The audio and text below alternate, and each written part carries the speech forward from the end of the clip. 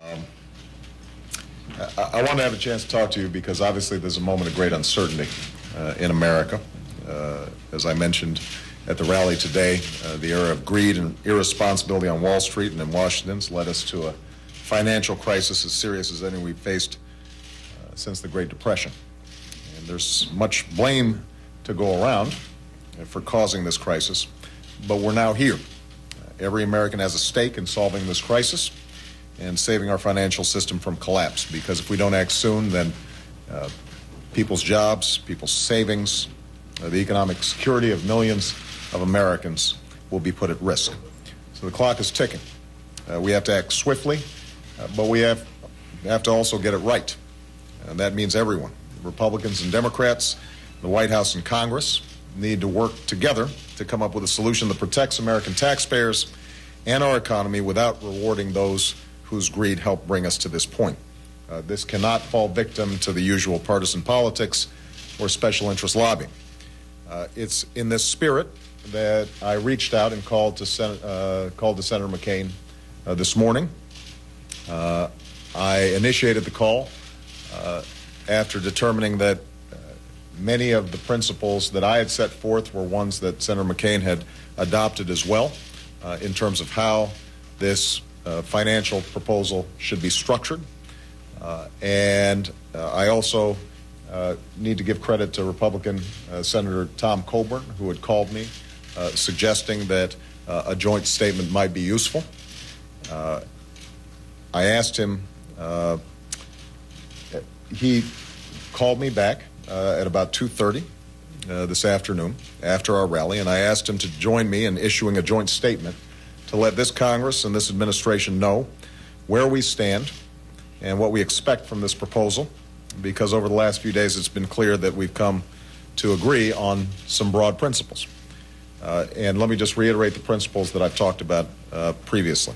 First, I think everybody should be in agreement that we need to set up an independent board selected by Democrats and Republicans to provide oversight and accountability for how and where the money is going to be spent at every step of the way. Second, if American taxpayers are financing the solution, they should be treated like investors. And that means that Wall Street and Washington should give every penny of taxpayers' money back once this economy recovers. Third, we cannot and will not simply bail out Wall Street without helping the millions of innocent homeowners who are struggling to stay in their homes. They deserve a plan too. And finally, this is one that's important. The American people should not be spending one dime to reward the same Wall Street CEOs whose greed and irresponsibility got us into this mess. We can't allow this plan to become a welfare program for Wall Street executives. Senator McCain, as I mentioned, returned my call this afternoon. We agreed that this was a critical time for everyone, Democrats and Republicans, need to come together to help to stabilize the economy. I have been in constant contact with leadership in Congress. I've talked to Secretary Paulson just about every day. I spoke to him twice today, indicated to him that I intend to do everything that's required to be helpful, and we should all do everything that's necessary to get a bill passed that contains the proposals that I mentioned. There are times for politics, and then there are times to rise above in politics and do what's right for the country. This is one of those times. I don't think any of us enjoy putting taxpayer dollars at risk, but the risk of doing nothing is economic catastrophe potentially, and that is a risk we cannot afford to take. No matter how this begun, this is no longer a Democratic or a Republican problem. It is an American problem. It requires an American solution. And with that, let me just open it up to some questions. Jeff? Do you plan on attending the debate on Friday? And is Senator McCain playing politics with this by saying he should not go to this debate? Well, let me say this, just to go through the chronology today. I called him this morning with the intent of issuing a joint statement. I got called back around 2:30. We had a conversation. I made the suggestion to him. He agreed to that suggestion.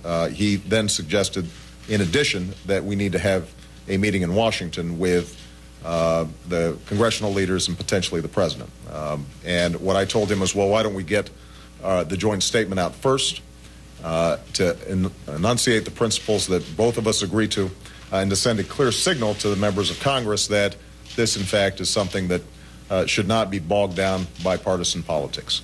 And when I got back to the hotel, he had gone on television to announce what he intended to do. I believe that our staffs are still working on this joint statement. I think the important principle at this point is to send a clear signal to members of Congress, as well as the country, that this is a serious problem that has to be solved and should not be subject to the usual partisan politics. With respect to the debates, it's my belief that this is exactly the time when the American people need to hear from the person who, in approximately 40 days, will be responsible for dealing with this mess. And I think that it is going to be part of the president's job to deal with more than one thing at once. I think there's no reason why we can't be constructive in helping to solve this problem and also tell the American people what we believe and where we stand and where we want to take the country. So in my mind, actually, it's more important than ever that we present ourselves to the American people and try to describe where we want to take the country and where we want to take the economy, as well as dealing with some of the issues of foreign policy that were initially the subject of the debate. Senator, will you go to Oxford on Friday? Will this debate go forward? I believe that we should continue to have the debate. I think that it makes sense for us to present ourselves before the American people to talk about the nature of the problems that we're having in our financial system, to talk about how it relates to our global standing in the world, what implications it has for our national security, how it relates to critical questions like the war in Iraq and Afghanistan. And, you know, obviously, if it turns out that we need to be in Washington, we've both got big planes. We've painted our slogans on the sides of them. They can get us from Washington, D.C. to Mississippi fairly quickly.